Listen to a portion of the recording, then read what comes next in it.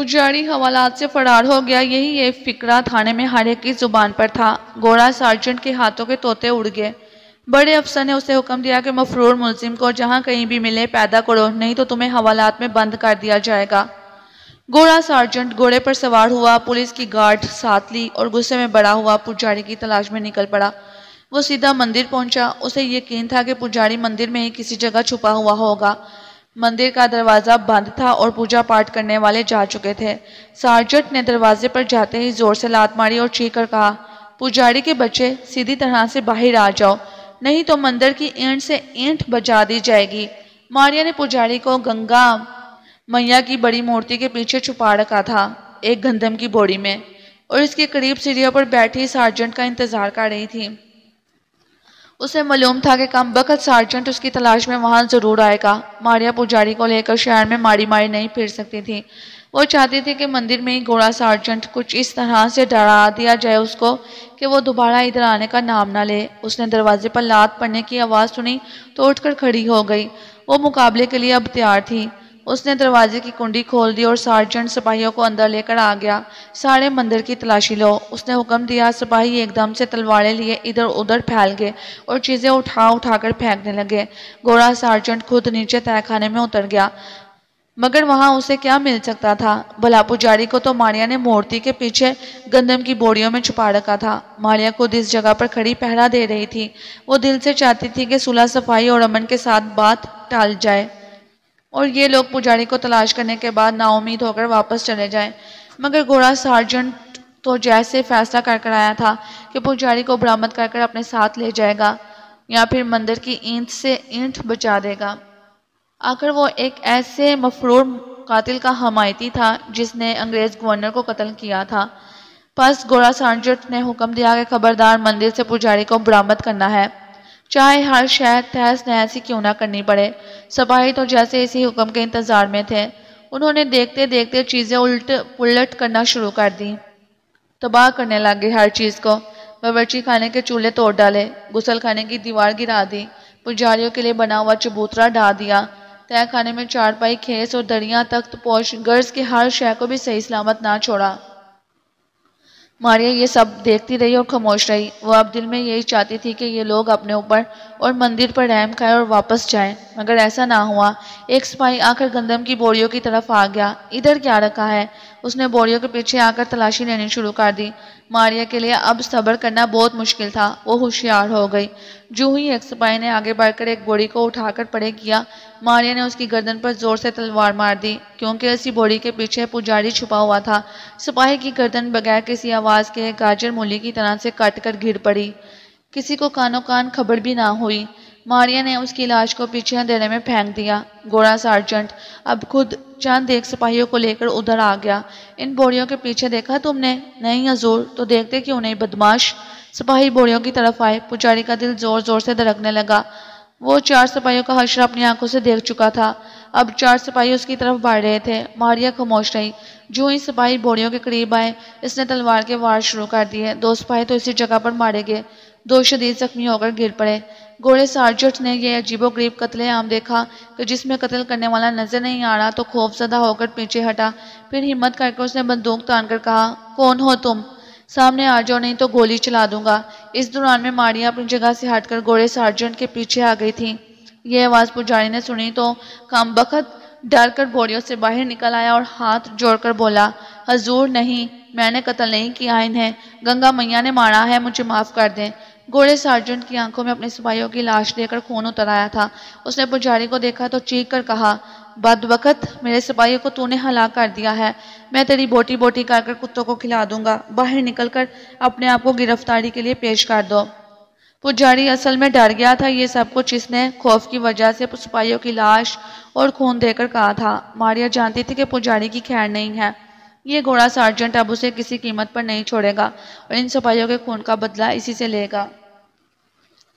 یہ ماریا کو گوارا نہیں تھا، چنانچہ اس نے پیچھے سے سارجنٹ کی پیٹھ پر لات مار کر اسے اوندے منہ گرا دیا، اس کی بندوق اٹھا کر غائب کر دی اور کہا، سنو، میں گنگا میاں بول رہی ہوں، پجاری بے گناہ ہے، تمہارے لوگوں کو میں نے قتل کیا ہے، اگر تمہیں ہمت ہے تو مجھے گرفتار کرو، اسے چھوڑ دو، اگر تم نے پجاری کو نہ چھوڑا تو میں تمہاری لاش بھی ان سپاہیوں کی لاشوں کے ساتھ پڑی نظر آ رہی ہوگی۔ گھوڑا سارجنٹ بھوت پر یقین نہیں رکھتا تھا، لیکن اب جو اس نے ایک ایسی عورت کی آواز سنی جو غائب تھی، نظر نہیں آتی تھی، تو ایک بار تو اسے پسینہ آ گیا۔ کون ہو تم؟ ماریا نے کہا۔ کیا تم نے سنا نہیں؟ میں گنگا میاں بول رہی ہوں، اس مندر کی رکھوالی دیوی۔ اس پجاری کو چھوڑ دو اور چپ چاپ یہاں سے چلے جاؤ۔ سارجنٹ بولا، اے دیوی، میں اس پجاری کو چھوڑ کر نہیں جا سکتا، اسے اپنے ساتھ لے کر جاؤں گا، کیونکہ یہی میرا فرض ہے، یہ میرے آدمیوں کا قاتل ہے، میں اسے گرفتار کروں گا۔ ماریا کو خیال آیا کہ سارجنٹ اگر ڈر کر چلا بھی گیا تو وہ اعلیٰ افسروں کو جا کر ساری کہانی سنا دے گا اور وہ پجاری کو دوبارہ پکڑ کر لے جائیں گے، اس لیے بہتر یہی ہے کہ اس گھوڑے کا بھی کام تمام کر دیا جائے تاکہ نہ رہے گا بانس اور نہ بجے گی بانسری۔ ماریا نے بندوق کی نالی گھوڑے سارجنٹ کے سینے کی طرف لگا دی اور کہا، اس موت کو تم نے خود پسند کیا ہے، اب مرنے کے لیے تیار ہو جاؤ۔ گھوڑا سارجنٹ اب گھبرا گیا، کیونکہ بندوق کی نالی اس کے دل کے ساتھ لگی تھی، مگر نہ بندوق نظر آ رہی تھی اور نہ بندوق پکڑنے والی دکھائی دے رہی تھی۔ اس نے جلدی سے کہا، ٹھہرو گنگا میاں، میں امن کے نام پر پناہ مانگتا ہوں، میں پجاری کو چھوڑ کر واپس جاتا ہوں۔ ماریا نے کہا، لیکن تمہیں وعدہ کرنا ہوگا کہ تم اپنے افسروں کو یہاں کے بارے میں کچھ نہیں بتاؤ گے۔ میں وعدہ کرتا ہوں، پجاری نے جھٹ کہا۔ گنگا میاں، یہ گھوڑا جھوٹ کہتا ہے، یہ ضرور جا کر افسروں کو ساری بات بتا دے گا۔ آخر یہ اپنی سپاہیوں کی موت کو کیوں کر چھپائے گا؟ اسے ہرگز جانے نہ دینا، اسے بھی ختم کر دو۔ یہ بات ماریا کے دل کو لگی، اس نے گھوڑا دبا دیا، دھماکے کی آواز کے ساتھ بارود پھیل گیا، گولیاں نکل کر گھوڑے سارجنٹ کے سینے سے پار ہو گئیں، وہ چیخ مار کر پڑا، تڑپتا رہا اور مر گیا۔ ماریا نے محاذ فتح کر لیا تھا، وہاں دشمن کی لاشوں کے سوا کچھ نہیں تھا۔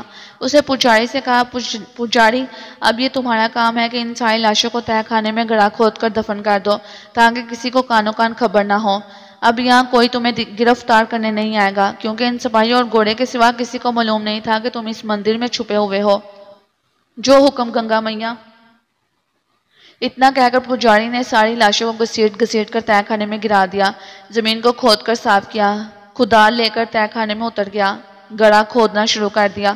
ماریا نے کہا، ان لاشوں کو زمین میں دبا دو، اوپر سے مٹی ڈال کر فرش پر بالکل ہموار کر دینا فرش کو، فکر مت کرنا، اب یہاں کوئی تمہاری تلاش میں نہیں آئے گا۔ جن لوگوں کو یہ پتا تھا کہ مفرور قاتل تمہارے مندر میں ٹھہرا تھا، ان کی لاشیں یہاں پڑی ہیں۔ پجاری اپنے کام میں لگ گیا۔ ماریا نے اسے کہا کہ وہ بندرگاہ تک جا رہی ہے، کیونکہ اس کا خیال تھا کہ شاید وہاں مسافروں میں اسے عنبر بھی آتا جاتا دکھائی دے جائے۔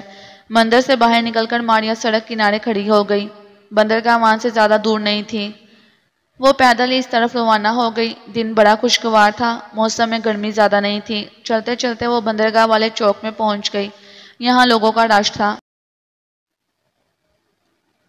سامان سے بڑے ہوئے گڈھے بندرگاہ میں داخل ہو رہے تھے، معلوم ہوا کہ ایک جہاز ولایت کی طرف روانہ ہو رہا ہے۔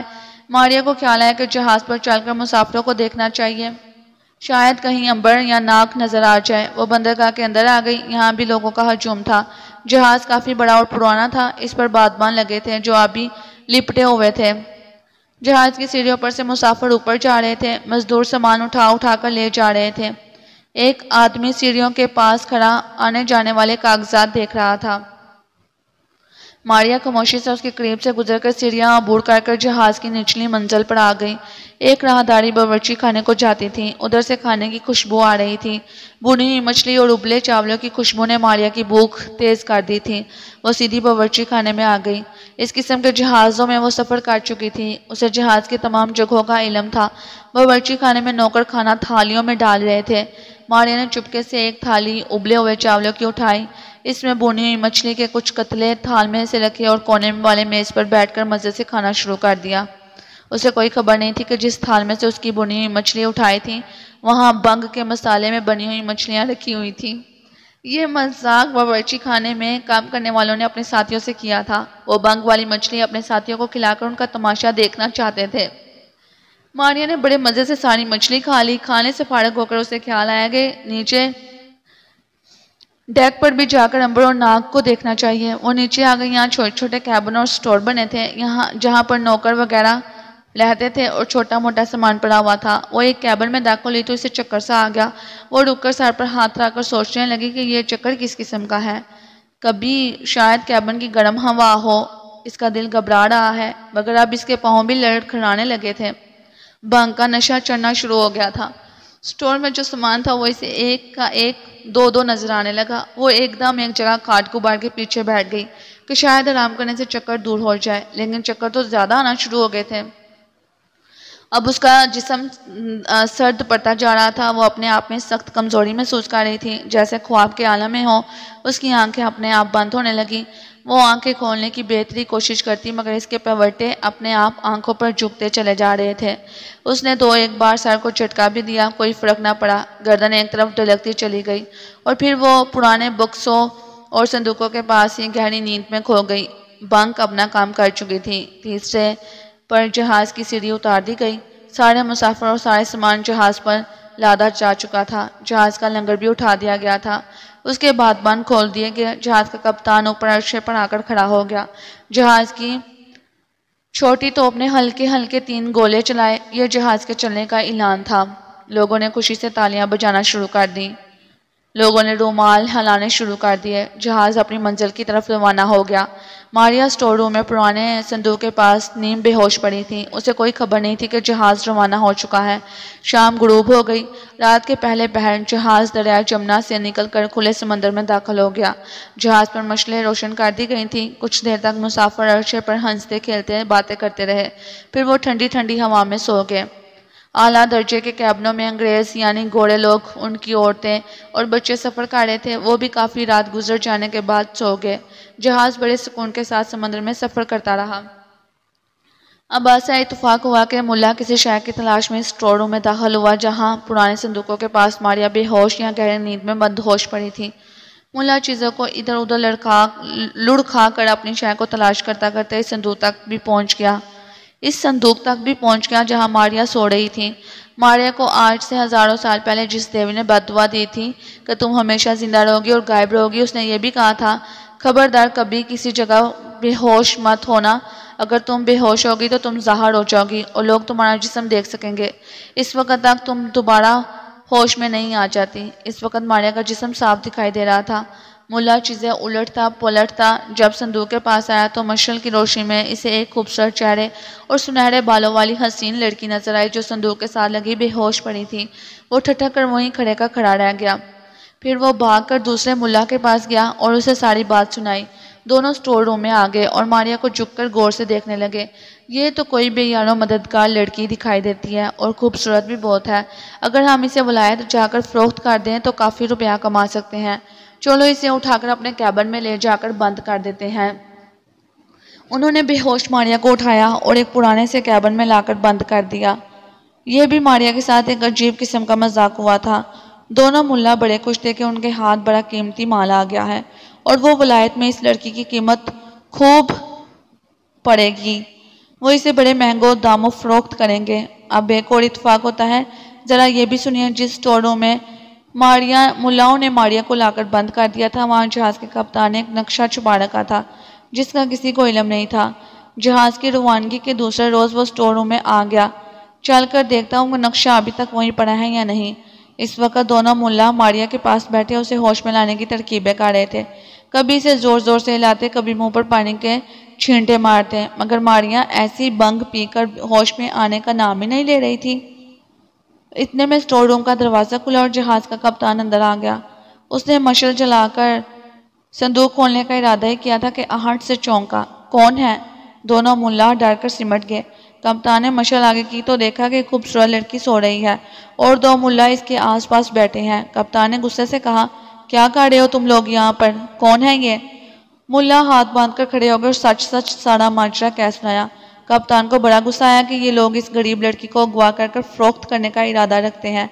اس نے حکم دیا، اس لڑکی کو اوپر میرے کیبن میں لے چلو۔ تم دونوں کو میں نوکری سے برخاست کرتا ہوں اور جیل میں بند کرتا ہوں، چلو اوپر۔ دونوں ملاؤں نے ماریا کو اٹھا لیا اور اوپر لا کر کپتان کے کیبن میں بستر پر لٹا دیا۔ کپتان نے دونوں ملاؤں کو حوالات میں بند کر دیا۔ وہ بڑا حیران تھا کہ یہ لڑکی کون ہو سکتی ہے۔ وہ یہی سمجھا یہ کسی مسافر کی بیٹی ہے اور یہ بدماش اسے اٹھا کر لے گئے تھے۔ کپتان نے سارے جہاز پر اعلان کر دیا کہ اگر کسی کی بہن بیوی یا بیٹی گم ہوئی ہے تو اسے آ کر اطلاع کرے، مگر کوئی اس کے پاس نہ آیا۔ مسافروں کی فہرست میں بھی اس لڑکی کا کہیں ذکر نہ تھا۔ کپتان نے یہی خیال کیا کہ اس لڑکی کو بدماش ملا شہر سے اٹھا کر لائے ہوں گے اور جہاز میں چھپا دیا کہ ولایت پہنچ کر اسے فروخت کر کر مال کمائے۔ کپتان نے ماریا کو ہوش میں لانے کی کوشش کی۔ ماریا بالکل بے ہوش پڑی تھی۔ تیسرے روز شام کا وقت تھا۔ کپتان ابھی ماریا کے ماتھے پر کوئی ٹھنڈی ہوش میں لانے والی دعائیں مال کر باہر گیا تھا کہ ماریا کو ہوش آ گیا۔ اس نے چاروں طرف دیکھا۔ سب سے پہلے تو اسے محسوس ہوا کہ زمین ہل رہی ہے۔ سمجھی کہ شاید زلزلہ آ گیا ہے۔ جلدی سے اٹھ کر بیٹھ گئی۔ اس کی نظر سامنے شیشے پر پڑی تو حیران ہو گئی۔ ایک مدت کے بعد اسے شیشے میں اپنا عکس نظر آ رہا تھا۔ اسے دیوی کے الفاظ یاد آ گئے کہ اگر کبھی تم بے ہوش ہو گئی تو تم ظاہر ہو جاؤ گی اور لوگ تمہیں دیکھ سکیں گے۔ پھر جب تم کو ہوش آ جائے گا تو تمہارا جسم پھر سے آہستہ آہستہ غائب ہونا شروع ہو جائے گا۔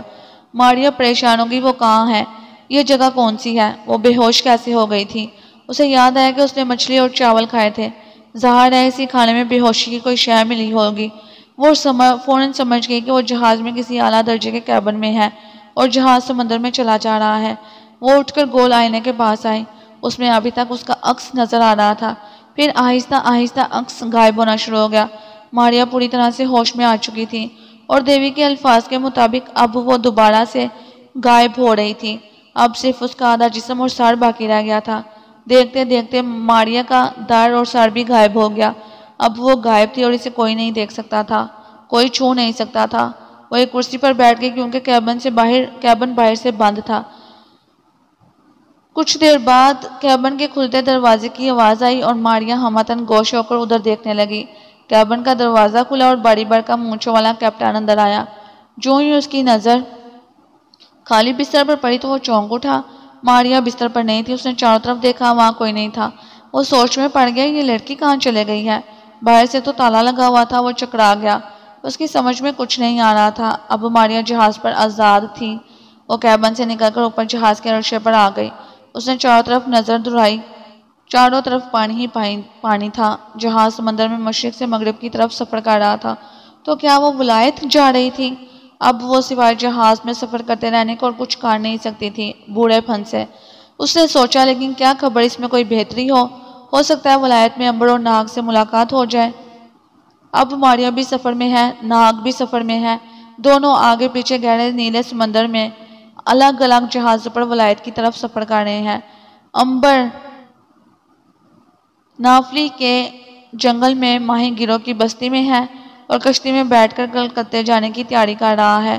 ناگ زخمی عقاب کے روپ میں ہے جس کو مسٹر گرینڈلے نامی ایک مشہور انگریز شکاری نے چکما ڈاکو سے خرید لیا تھا اور اب اسے اپنے ساتھ کیبن کے ایک پنجرے میں بند کر کر اس کی مرہم پٹی کرتا اسے واپس ولایت لیا جا رہا ہے۔ ہم پہلے لکھ چکے ہیں کہ جس جہاز میں ناگ اپنے مالک شکار گرینڈلے کے ساتھ پنجرے میں بند تھے، یہ انگریز تاجر اپنے ساتھ لے جا رہے تھے۔ ناگ ابھی تک عقاب کی شکل میں تھا۔ اس کے بازو کا زخم اب اچھا ہو گیا تھا۔ اب وہ اگر چاہے تو انسان یا کسی بھی روپ میں آ سکتا تھا، لیکن وہ عقاب ہی بنا پنجرے میں بیٹھا رہا۔ ان کا جہاز افریقہ کے ساحل سے گزر رہا تھا کہ اچانک طوفان میں پھنس گیا۔ کپتان نے بڑی ہوشیاری سے کام لیتے ہوئے جہاز کو ساحل کی طرف لانا شروع کر دیا۔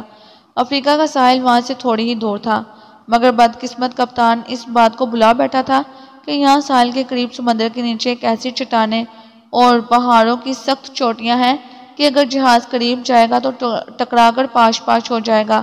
اور ایسا ہی ہوا۔ جو ہی جہاز وہاں پہنچا وہ ایک چٹان سے ٹکرا گیا اور اسے ایک دم سے 2 ٹکڑے ہو گئے۔ اتنی جلدی آج تک کوئی جہاز بھی گہرے سمندر میں نہیں ڈوبا تھا۔ دیکھتے دیکھتے جہاز میں پانی بڑھ گیا۔ بڑی مشکل سے اتنی مہلت ملی کہ چند ایک بڑی کشتیاں نیچے سمندر میں پھینکی گئی۔ اس میں کچھ عورتیں مرد سوار ہو گئے۔ انہوں نے افریقہ کے ساحل کی طرف بڑھنا شروع کر دیا۔ ناگ کا مالک شکاری گرینڈلے بھی ڈوب گیا۔ ہیرے جواہرات سے بھرے ہوئے صندوق، ان کے ڈاکو مالک بھی سمندر میں غرق ہو گئے۔ صرف 15-20 گھوڑی عورتیں اور 10-12 مرد مسافر باقی بچے جن کی حالت بہت بری تھی۔ ساحل پر آ کر وہ زمین پر لیٹ گئے اور رونے لگے۔ ناگ عقاب کی شکل میں اڑتا ہوا سب سے پہلے ساحل پر آن پہنچا۔ وہ ایک درخت کی چھاؤں پر بیٹھا یہ سارا کھیل دیکھ رہا تھا۔ ابھی یہ بد نصیب مسافر سنبھلنے بھی نہ پائے تھے کہ اچانک افریقہ کے جنگلی قبیلے والوں نے حملہ کر دیا۔ سب مسافر عورتوں مردوں کو رسیوں سے باندھ کر لے گئے۔ انہوں نے ان لوگوں کو ساحل سے دور اندر گھنے جنگل میں لے جا کر ایک جھونپڑیوں میں بند کر دیا اور 22 سخت پیڑا لگا دیا۔ یہ سارے مسافر کل ملا کر 55 کے قریب تھے، جن میں 11 عورتیں تھیں، کچھ بچے اور بوڑھے تھے۔ عورتیں ساری گوڑی انگریز تھیں۔ ناگ نے سوچا ان بے گناہ لوگوں کو وحشی لوگوں سے ضرور بچانا چاہیے۔ وہ ابھی تک عقاب کی شکل میں تھا۔ وہ اڑتا ہوا وحشی لوگوں کی جھونپڑی کے پاس آ کر ایک درخت کی شاخ پر بیٹھ گیا۔ کیا دیکھتا ہے کہ ایک جگہ آگ پر بڑی سی دیگ رکھی ہوئی ہے، اس میں گرم پانی ابل رہا ہے۔ پھر وحشی لوگوں نے دیگ کو اٹھا کر ایک طرف رکھ دیا اور اب آگ کے ارد گرد ڈانس کرنے لگے۔ ان کا وحشی سردار اچانک جھونپڑی سے باہر نکلا۔ اس نے اپنے ہاتھ اوپر اٹھایا، ہر طرف خاموشی چھا گئی۔ عقاب چونکہ سب زبانیں سمجھ لیتا ہے، اسی لیے کان کھڑے کر کر سننے لگا، یہ سردار کیا کہتا ہے۔ وحشی سردار نے کہا، سنو میرے قبیلے کے سورماؤ، کل کا دن بڑا خوش قسمت دن تھا۔ ہم نے اتنا بڑا شکار مارا اور ہمارے ہاتھ زیادہ گوری چمڑی والے انسان آ گئے۔ اس وقت ہمارے پاس اپنے دیوتا شری گرہستھ ناگ کو قربانی کے لیے پیش کرنے کے واسطے 25 انسان موجود ہیں، جنہیں ہم پرسوں سے قربان کرنا شروع کر دیں گے، کیونکہ پرسوں پورے چاند کی رات ہے اور ہمارے گرہستھ ناگ دیوتا کا جنم دن ہے۔ اس پر سارے لوگ خوشی سے ناچنے لگے۔ ناگ کو سمجھنے میں زیادہ دیر نہ لگی کہ ان وحشی لوگوں کا دیوتا کوئی گرہستھ ناگ ہے اور یہ آدم خور نہیں ہے، لیکن انسانوں کو اپنے دیوتا کے آگے ذبح کر دیتے ہیں اور ان کا خون دیوتا کو پیش کرتے ہیں۔ ناگ کو ہرگز گوارا نہ تھا کہ چھوٹے چھوٹے بچے قربان کیے جائے۔ اس نے ان سارے کے سارے مسافروں کو بچانے کا فیصلہ کر لیا۔ اب دیکھنا یہ تھا کہ ان وحشی لوگوں کو گرہستھ ناگ سے کیسے بچایا جائے۔ ناگ کے لیے اب عقاب بنے رہنا ٹھیک نہیں تھا۔ وہ درخت سے نیچے اتر آیا، اڑتا ان جھونپڑیوں کے عقب میں آ گیا جہاں بد نصیب انگریز مسافر اور بچے قید تھے۔ عورتیں دوسری جھونپڑی میں بند تھے۔ ان جھونپڑیوں میں سے عورتوں بچوں کے رونے کی آواز آ رہی تھی۔ پتہ نہیں، شاید کل رات کو ان کو قربان کر دیا جائے گا۔ باہر 2 وحشی نیزے لیے پہرا دے رہے تھے۔ سامنے درختوں پر بھی وحشی تیر کمان لیے بیٹھے پہرا دے رہے تھے۔ ناگ نے شام کی شکل اختیار کر لی اور رات ہونے کا انتظار کرنے لگا۔ جب رات کا اندھیرا پھیل گیا تو وہ رینگتا ہوا پیچھے آ کر ایک جگہ سے جھونپڑی کے اندر داخل ہو گیا۔ یہ کافی کھلی جھونپڑی تھی۔ بانس کے ساتھ تیل کا دیا جل رہا تھا، جس کی ہلکی ہلکی روشنی میں اترے ہوئے اداس پریشان چہروں والے مسافر بچوں اور عورتوں کے ساتھ بیٹھے اپنی موت کا انتظار کر رہے تھے۔ ناگ اندھیرے میں تھا، اس پر کسی کو نظر نہ پڑی۔ اس نے وہی لیٹے لیٹے انسان کا روپ بدل لیا اور مسافروں کے قریب آ کر زمین پر بیٹھ گیا۔ انہوں نے حیرانگی سے ناگ کی طرف دیکھا کہ یہ شخص کون ہے، اندر کہاں سے آ گیا ہے۔ ناگ نے ہونٹوں پر انگلی اڑا کر انہیں خاموش رہنے کا اشارہ کیا۔ پھر وہ سرگوشی میں بولا، میں تمہاری مدد کو آیا ہوں۔ میں بھی تمہارے ساتھ جہاز میں سفر کر رہا تھا اور ان آدم خوروں کا قیدی ہوں۔ سنو میری بات غور سے سنو۔ ان وحشی لوگوں نے تم سب کو اپنے دیوتا گرہستھ ناگ کے آگے کل رات قربان کرنے کا فیصلہ کر لیا ہے۔ یہ منحوس خبر ان مسافر مردوں اور عورتوں پر بجلی بن کر گری۔ عورتیں آہستہ آہستہ سے سسکیاں بھرنے اور اپنے بچوں کو سینے سے چمٹا کر پیار کرنے لگی۔ ناگ نے انہیں خاموش رہنے کی ہدایت کرتے ہوئے کہا، خاموش رہو میری بہنوں، خدا نے مجھے تمہاری مدد کے لیے بھیجا ہے۔ میں تمہاری مدد کروں گا، تم بے فکر ہو۔ ایک بوڑھے نے کہا، بیٹا تم اکیلے ان خونخوار وحشیوں کو کیوں کر مقابلہ کر سکو گے؟ ناگ بولا، بڑے میاں یہ آپ مجھ پر چھوڑ دیں، میں جانوں اور یہ وحشی لوگ جانیں۔ میں تو صرف آپ کو تسلی دینے آیا کہ غم نہ کریں، اپنے حوصلے بلند رکھیں، خدا کو یاد کریں۔ میں ان لوگوں کو صبح شکست فاش کر دوں گا۔ ایک عورت نے ناگ کے سر پر ہاتھ پھیر کر کہا، خداوند تمہاری حفاظت کرے بیٹا، تم ہمارے نجات دہندہ بن کر آئے ہو، مگر تم کیا کر سکو گے؟ یہ لوگ تو بڑے خونی ہیں، انسان کو مار دینا ان کے لیے کوئی بات نہیں ہے۔ ناگ نے کہا، آپ بے فکر ہیں، انہیں مار دینا میرے لیے بھی کوئی ایسی بات نہیں ہے، آپ پریشان نہ ہو، صبح جو کچھ ہوگا اسے آپ بھی دیکھ لیں گے۔ اچھا اب میں جاتا ہوں۔ اتنا کہہ کر ناگ جھونپڑی کے سوراخ کے پاس آ گیا۔ باہر نکلنے کا دوسرا راستہ نہیں تھا۔ ان کے سامنے ناگ انسان کے روپ میں نہیں آنا چاہتا تھا۔ پھر وہ کہاں سے باہر نکلے؟ جھونپڑی کا دروازہ باہر سے بند تھا اور باہر وحشی لوگ پہرا دے رہے تھے۔ ناگ نے ان سے کہا، میری ایک درخواست ہے، آپ تھوڑی دیر کے لیے اپنی آنکھیں بند کر لیں، یہ ایک بڑی مجبوری کی وجہ سے کہہ رہا ہوں، بے شک 1 منٹ بعد اپنی آنکھیں کھول دیں۔ مسافروں کی سمجھ میں کچھ نہیں آیا تھا، انہوں نے آنکھیں بند کر لیں۔ ناگ نے ایک گہرا سانس لیا اور سانپ بن کر رینگتا ہوا جھونپڑی کے سوراخ میں سے باہر نکل گیا۔ 1 منٹ بعد مسافروں نے آنکھیں کھولی تو وہاں ان کا نجات دہندہ نہیں تھا۔ وہ حیرت سے ایک دوسرے کو تکنے لگے۔ ایک بوڑھے نے ہاتھ اٹھا کر کہا، وہ میری آنکھوں کے سامنے غائب ہوا ہے۔ دوسرے نے کہا میں نے آنکھیں بند نہیں کی تھی، میں نے چوری چھپے دیکھ رہا تھا۔ وہ شخص ایک دم سے غائب ہو گیا۔ عورت بولی وہ ضرور ہماری نجات دہندہ ہے اور خدا نے اسے ہماری مدد کے لیے بھیجا ہے، ہم لوگوں کو خدا کا شکر ادا کرنا چاہیے۔ باہر پہرے داروں نے یہ آوازیں سنی تو ایک نے اندر آ کر اپنے نیزہ ایک بوڑھے کے سینے پر رکھا۔ کیوں شور مچا رہے ہو بڈھے؟ بوڑھے نے ہاتھ جوڑ کر کہا میں تو چپ ہوں۔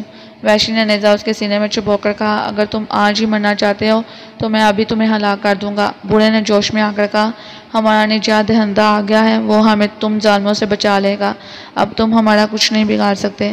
اس پر پہرے دار وحشی کو غصہ آ گیا، اس نے ایک ہی جھٹکے سے نیزہ اس بوڑھے کے سینے میں اتار دیا۔ چیخ کی آواز کے ساتھ ہی بوڑھے نے دم توڑ دیا۔ یہ آواز ناگ نے بھی سنی، وہ ابھی جھونپڑے سے تھوڑی دور گیا تھا، سمجھ گیا کہ وہاں کچھ گڑبڑ ہے، جٹ واپس پلٹا۔ جھونپڑی میں آ کر دیکھا کہ وحشی پہرے دار نے بوڑھے کو ہلاک کر دیا ہے۔ اس بھیانک منظر کو دیکھ کر ناگ برداشت نہ کر سکا، اس نے اپنا پھن پھیلا کر وحشی قاتل پر حملہ کر دیا۔ اس لیے وحشی کی لات پر صرف ایک بار ڈسنا ہی کافی تھا۔ وحشی کے جسم میں ناگ کا زہر فوراً اثر کر گیا اور وہ لڑکھڑا کر گر پڑا، اس کے ناک سے خون جاری ہو گیا۔ قیدی مسافر نے یہ معجزہ دیکھا تو سجدے میں گر پڑے، خدا نے ان کی ساتھی کا بدلہ لے لیا تھا۔ دوسرا پہرے دار بھاگ کر اپنے ساتھی کی مدد کو آیا، اس نے جو اپنے ساتھی کی لاش دیکھی تو نیزہ اٹھا کر قیدیوں پر ٹوٹ پڑا۔ ابھی اس نے حملہ کیا ہی تھا کہ ناگ نے اسے بھی ڈس دیا، وہ بھی لڑکھڑا کر گرا اور مر گیا۔ قیدی مسافروں نے دونوں لاشیں اٹھا کر جھونپڑی کے باہر ڈال دی۔ ناگ جنگل میں چلا گیا۔ صبح شور مچ گیا کہ 2 پہرے داروں کو سانپ نے کاٹ کر ہلاک کر دیا ہے اور ایک قیدی مسافر ہلاک ہو گیا ہے۔ سردار نے خود آ کر جھونپڑی کا معائنہ کیا اور قیدیوں کو اپنے ساتھیوں کی موت کا ذمہ دار ٹھہرایا۔ اس نے ہاتھ بلند کر کے کہا ان لوگوں کو ابھی ایک ایک کر ہلاک کر دو، عورتوں کے سر کاٹ کر درختوں کے ساتھ ٹنگا دو، پہلے ان کے بچوں کے سر کاٹو۔ وحشی لوگ کلہاڑا لے کر قیدی عورتوں کی طرف بڑھے، عورتوں نے رونا چیخنا شروع کر دیا۔ مردوں کو رسیوں سے باندھ دیا گیا، عورتوں کو پکڑ پکڑ کر جھونپڑیوں کے آگے کھڑا کر دیا گیا۔ سردار نے کہا ان عورتوں کی گردنیں کاٹ ڈالو۔ ایک وحشی کلہاڑا لے کر قیدی عورت کی طرف بڑھا۔ ناگ یہ سارا تماشا ایک طرف کھڑا دیکھ رہا تھا۔ جو ہی وحشی نے کلہاڑا اٹھایا، ناگ بیچ میں آ کر ہاتھ اٹھا کر بولا خبردار سردار، ایسا نہ کرنا، نہیں تو میں تمہارے سارے بچوں کو ایک ایک کر تمہاری آنکھوں کے سامنے ہلاک کر دوں گا۔ سردار دم بخود رہ گیا کہ یہ کون دبلا پتلا نوجوان ہے جو ان کی جنگلی زبان میں اسے اس قدر خوفناک دھمکی دے رہا ہے۔ اس کی آنکھوں میں خون اتر آیا، وہ تخت پر غصے سے کانپتا ہوا اٹھا اور اپنا کلہاڑا لے کر ناگ کی طرف بڑھا۔ ناگ نے کہا سنو، میں گرہستھ ناگ ہوں، تمہارا دیوتا ہوں۔ اس کے ساتھ ہی وہ روح بدل کر ایک بہت بڑا اژدہا بن گیا جس کے 7 منہ تھے اور ہر منہ میں سے 2 شاخیں زبان باہر نکل رہی تھی۔ یہ منظر دیکھ کر سارے وحشی دہشت سے لرز اٹھے اور سجدوں میں گر گئے۔ سردار کا بھی خوف سے رنگ فاق ہو گیا تھا، وہ ایک دم سے زمین پر سجدے میں گر پڑا۔ قیدی عورتیں اور مرد یہ منظر دیکھ کر حیرت میں غرق ہو گئے۔ انہوں نے اپنے نجات دہندہ کو پہچان لیا تھا، وہی رات والا نوجوان تھا جو ان کی جھونپڑی میں آیا تھا اور اب ایک بھیانک اژدہے کی شکل میں وحشیوں کے درمیان پن اٹھائے جھوم رہا تھا۔ ان کی سمجھ میں کچھ نہیں آ رہا تھا کہ یہ شخص کوئی جادوگر ہے یا کوئی بھوت پریت ہے۔ ناگ نے اپنا پھن لہراتے ہوئے کہا کہ سردار، تم نے بے گناہ لوگوں کو پکڑ کر بہت بڑا ظلم کیا ہے، اگر تو ان لوگوں میں سے کسی ایک کو بھی ہلاک کر دیتا تو میں تمہارے قبیلے پر اپنا عذاب نازل کرتا، میں تمہارے سارے جنگل جلا کر خاک کر دیتا اور تمہارے بچوں کو ہلاک کر دیتا۔ سردار نے زمین پر ناک رگڑتے ہوئے کہا دیوتا معاف کر دو، مجھ سے غلطی ہوگی، اب ایسا نہیں ہوگا۔ ناگ بولا اچھا جاؤ، میں نے تمہیں معاف کر دیا، ان لوگوں سے اپنے برے سلوک کی معافی مانگو، ان کو اپنا خاص مہمان سمجھ کر ان کی خدمت کرو اور ان کے واپس جانے کا انتظام کرو، میں ایک انسان کے روح میں تم سے پھر آ کر ملوں گا۔ جو حکم میرے دیوتا، سردار نے چک کر ادب سے کہا۔ گرہستھ ناگ رینگتا ہوا جنگل میں گم ہو گیا، وہاں جا کر اس نے پھر سے انسان کا روپ دھار لیا، ناگ بن کر واپس سردار کے پاس آ گیا۔ اس نے سردار کی گردن پر ہاتھ رکھ کر کہا سنو سردار، مجھے گرہستھ دیوتا نے بھیجا ہے، میں اپنی نگرانی میں ان قیدیوں کو لے کر ان کے وطن جاؤں گا، تمہارا فرض ہے کہ ان کے سفر کا بندوبست کرو۔ سردار نے چک کر کہا ایسا ہی ہوگا میرے عظیم دیوتا۔ اسی وقت سردار کے حکم سے قیدی مسافروں کو آزاد کر دیا گیا، ان کی توازیہ تازہ جنگلی پھلوں اور مرغیوں کے بنے ہوئے گوشت سے کی گئی، ان کے لیے ایک شاندار جھونپڑی میں گھاس پھوس کے آرام دہ بستر بچھا دیے گئے جہاں وہ آرام کرنے کی غرض سے لیٹ گئے۔ ناگ سردار کے پاس بیٹھا اس سے سفر کے بارے میں باتیں کر رہا تھا۔ اس نے پوچھا ان لوگوں کے سفر کے لیے کیا بندوبست ہو سکتا ہے؟ ان لوگوں کے لیے کیا بندوبست کیا جا سکتا ہے؟ ناگ نے پوچھا۔ سردار نے ادب سے کہا، میرے پیارے آقا اپنے دیوتاؤں کے ساتھی ہیں، آپ کو سب کچھ معلوم ہے، آپ جیسا کہیں گے ویسا ہی کیا جائے گا۔ ناگ بولا، ابھی تم ان باتوں کو چھوڑو، میں کیا کر سکتا ہوں کیا نہیں، سوال صرف یہ ہے کہ ہم لوگ کس راستے سے سفر کریں گے، یہاں کسی ایسے شہر پہنچ سکے جہاں سے ان لوگوں کو اپنے وطن جانے کے لیے جہاز مل جائے۔ سردار نے کہا، آقا یہاں سے قریبی بندرگاہ 100 میل کے فاصلے پر ہے، وہاں تک جانے کے 2 راستے ہیں، ایک راستہ جنگل میں سے ہو کر گزرتا ہے جو خطرناک ہے اور جنگلی درندوں سے بھرا ہوا ہے، دوسرا راستہ سمندر کا راستہ ہے، یہ راستہ زیادہ محفوظ ہے، اگر آپ ان لوگوں کو لے کر سمندر کے راستے سے سفر کریں تو خیریت سے بندرگاہ تک پہنچ جائیں گے۔ ناگ نے پوچھا، کیا یہ سفر ہمیں کسی کشتی میں کرنا پڑے گا؟ ایسی صورت میں کیا اتنی بڑی کشتی ہمیں مل جائے گی جس میں یہ سارے مسافر سوار ہو جائیں گے؟ سردار نے کہا، اس کا میں انتظام کر دوں گا حضور، میرے پاس ایک بہت بڑی کشتی ہے، وہ کشتی میں آپ کی نظر کرتا ہوں، اس میں کھانے پینے کا سامان بھی بھر دیا جائے گا، آپ کو راستے میں کسی قسم کی کوئی تکلیف نہیں ہوگی۔ ناگ نے پوچھا، یہ سفر کتنے دنوں کا ہوگا؟ سردار بولا، اگر آپ ساحل کے ساتھ ساتھ سفر کرتے رہیں تو 7 روز میں بندرگاہ پر پہنچ جائیں گے، میں اپنا ایک آدمی آپ کے ساتھ کر دوں گا جو آپ کی رہنمائی کرے گا۔ بہت خوب، تم کشتی تیار کرو، ہم جتنی جلدی ہو سکے یہاں سے کوچ کر جائیں گے۔ ناگ نے آ کر مسافروں کو یہ خوشخبری سنائی کہ ان کے سفر کا سارا انتظام ہو گیا ہے، اس سے وہ بڑے خوش ہوئے اور اس کا شکریہ ادا کرنے لگے۔ ناگ نے انہیں تسلی دی اور کہا کہ انہیں صرف خدا کا شکر ادا کرنا چاہیے، اگر خدا کی مرضی نہ ہوتی تو تم بھی اس مصیبت سے نجات حاصل نہیں کر سکتے تھے۔ سفر کی تیاریاں شروع ہو گئی، سردار نے کشتی میں کافی پھل وغیرہ رکھ دیے، پینے کا پانی بھی لکڑی کے ڈرم میں بھر کر رکھ دیا، اور پھر ایک روز ناگ نے سارے مسافر مردوں، عورتوں اور بچوں کو کشتی میں سوار کروایا، ایک وحشی رہنما کو ساتھ لیا، سردار سے ہاتھ ملا کر مصافحہ کیا اور کشتی میں سوار کروایا۔ بادبان کھلتے ہی کشتی نے ساحل کے ساتھ ساتھ مغرب کی طرف سفر شروع کر دیا، ہوا موافق چلتی رہی، سفر تیزی سے ہوتا رہا، رات کو بھی کشتی چلتی رہی، یوں ہی 3 دن گزر گئے، چوتھے روز سمندر میں لہریں اٹھنے لگی، ہوا تیز ہو گئی، بارش بھی ہو گئی، بادل خوب گرجنے لگے، لیکن چونکہ کشتی میں سارا انتظام پہلے سے ہی کر لیا گیا تھا اسی لیے کسی قسم کی پریشانی کا سامنا نہ کرنا پڑا۔ سارا دن ساری رات بارش ہوتی رہی، تیز ہوائیں چلتی رہیں، کشتی ڈول رہی تھی لیکن لہریں اسے آگے ہی آگے بہائے لیے جا رہی تھیں۔ چھٹے روز وہ ساحل سے ذرا دور نکل گئے کیونکہ ان کے وحشی رہنما نے انہیں بتایا کہ یہاں ساحل کے ساتھ ساتھ ابھری ہوئی بے شمار چٹانیں سمندر کے نیچے چھپی ہوئی ہیں۔ کشتی ساحل سے فاصلے پر سمندر میں سفر کرتی رہی، شام سے کچھ دیر پہلے سمندر میں سے اچانک ایک ویل مچھلی نے سر نکال کر زور سے سانس اندر خارج کیا، اس کے سر میں سے پانی کا فوارہ نکل کر اوپر کو اچھلا، وحشی رہنما ڈر کر بیٹھ گیا، آقا یہ مچھلی کشتی کو الٹ دے گی، یہ کشتیوں کی دشمن ہوتی ہے، اب ہم نہیں بچ سکیں گے۔ مسافروں میں دہشت پھیل گیا، بچے رونے لگے، عورتوں کے چہرے پر مرونی چھا گئی، کیونکہ سچ مچ ویل مچھلی کشتی کی طرف بڑھ رہی تھی، اس نے بھی شاید کشتی کو دیکھ لیا تھا۔ تھوڑی دیر بعد وہ بالکل کشتی کے قریب آ کر ابھری، لہروں میں زبردست طوفان پیدا ہوا اور کشتی ڈولنے لگی، بہت سا پھل سمندر میں گر پڑا، ویل مچھلی خونخوار منہ کھولے اپنی لال لال کھونی آنکھوں سے دیکھتی کشتی کی طرف بڑھ رہی تھی، وہ کشتی کو الٹنے کا ارادہ رکھتی تھی۔ ناگ کے لیے اب صبر کر کے بیٹھے رہنا اپنی موت کو دعوت دینا تھا، اس نے مچھلی کو ہلاک کرنے کا فیصلہ کیا، اس کے ساتھ ہی اس نے سمندر میں چھلانگ لگا دی، سارے مسافر دم بخود رہ گئے۔ ناگ سمندر میں اترتے ہی ایک پتلے سے انتہائی زہریلے سیاہ سمندری سانپ کی شکل میں تبدیل ہو گیا۔ یہ سانپ بڑا زہریلا ہوتا ہے اور اس کا ڈسا ہوا کوئی بھی سمندری جانور سلامت نہیں رہ سکتا۔ سانپ تیزی سے تیرتا ہوا ویل مچھلی کی طرف بڑھتا چلا گیا، ویل مچھلی اب کشتی کے بالکل قریب آ چکی تھی اور اپنی ایک ہی طوفانی ٹکر سے اس کے ٹکڑے ٹکڑے کر دینا چاہتی تھی، سانپ نے اسے یہ موقع ہی نہیں دیا، وہ سمندر کی لہروں پر بجلی کی طرح بھاگتا ہوا ویل مچھلی کے اوپر چڑھ گیا، اسے معلوم تھا کہ ویل کا جسم اتنا موٹا ہوتا ہے کہ اس پر کسی زخم کا اثر نہیں ہوتا، وہ اس کے جسم پر رینگتا ہوا اس کے سر پر آ گیا، یہاں سے پھسل کر اس کے کھلے منہ میں داخل ہو گیا، سانپ ویل کے منہ میں جا کر اس کے حلق میں ڈسنا چاہتا تھا تاکہ وہ جلدی جلدی مار سکے۔ ویل مچھلی کا منہ بہت بڑا تھا، اس میں آدھا پانی بڑا ہوا تھا، سانپ کو یوں لگا جیسے وہ کسی آبشار کے دہانے میں داخل ہو گیا ہے۔ ویل مچھلی کا حلق سے اوپر ایک گنبد کی چھت کی طرح سے نظر آ رہا تھا، وہ رینگتا ہوا اس کے تالو پر جا پہنچا اور پلک جھپکتے ہی اسے تالو میں 2 جگہوں پر ڈس کر اپنے جسم کا سارا مہلک زہر ویل کے جسم میں داخل کر دیا، اس کے ساتھ ہی سانپ تیزی سے تیرتا ہوا ویل کے منہ سے نکل کر اس کے جسم پر آ گیا، یہاں سے رینگ کر اس نے سمندر کی طرف چھلانگ لگا دی اور لہروں پر تیرتا ہوا کشتی کی طرف بڑھنے لگا۔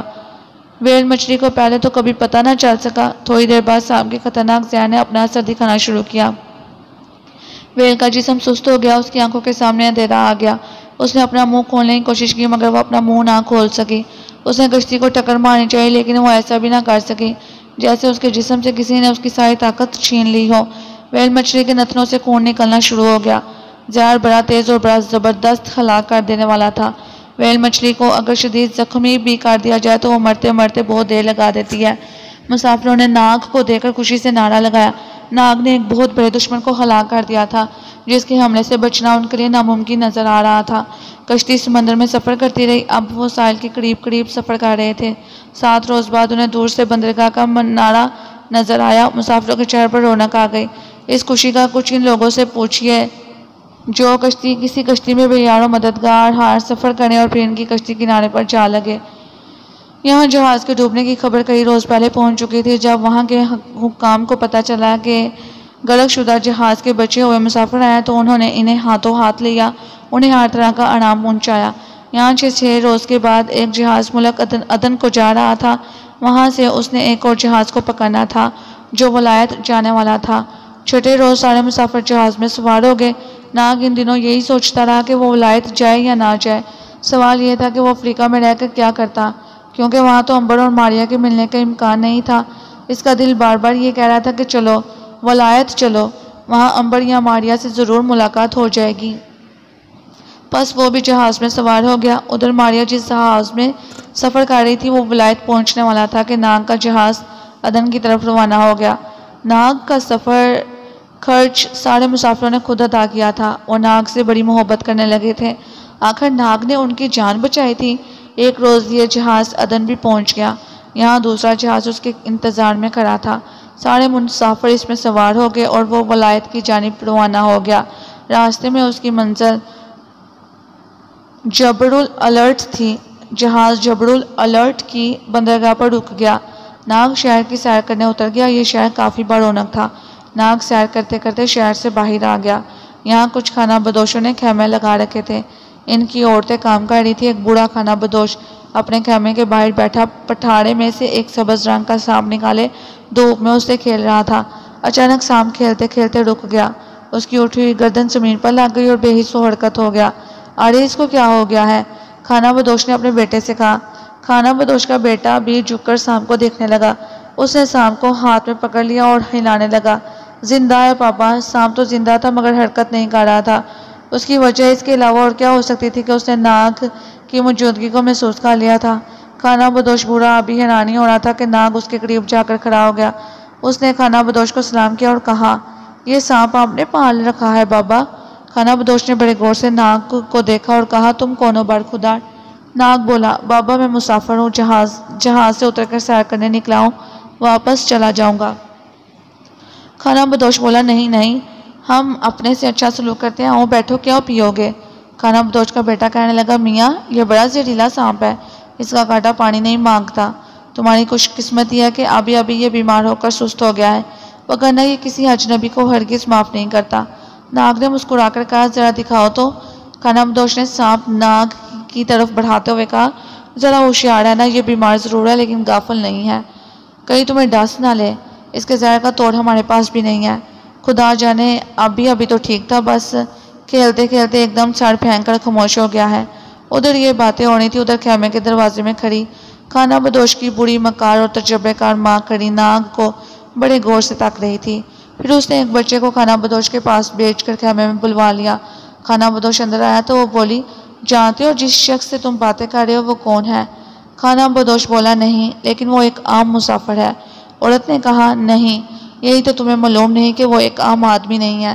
سنو، یہ شخص حقیقت میں ایک بہت عظیم سانپ ہے جو 500 برس زندہ رہنے کے بعد انسان کے روپ میں ظاہر ہو گیا ہے۔ خانہ بدوش پھٹی پھٹی آنکھوں سے اپنی ماں کو دیکھنے لگا۔ یہ تم کیا کہہ رہی ہو ماں؟ ٹھیک کہہ رہی ہوں۔ سنو، اگر تم چاہتے ہو کہ دولت میں کھیلو تو اسے قابو کر لو، پھر یہ تمہارے کہنے پر زمین کے خزانوں کا راز ظاہر کر دے گا۔ آگے کیا ہوا؟ کیا ان لوگوں نے ناگ کو قابو میں کر لیا؟ یہ جاننے کے لیے چینل کو سبسکرائب کریں اور بیل آئیکن کو پریس کریں تاکہ آپ کو ملتی رہے تمام ویڈیو اپڈیٹس۔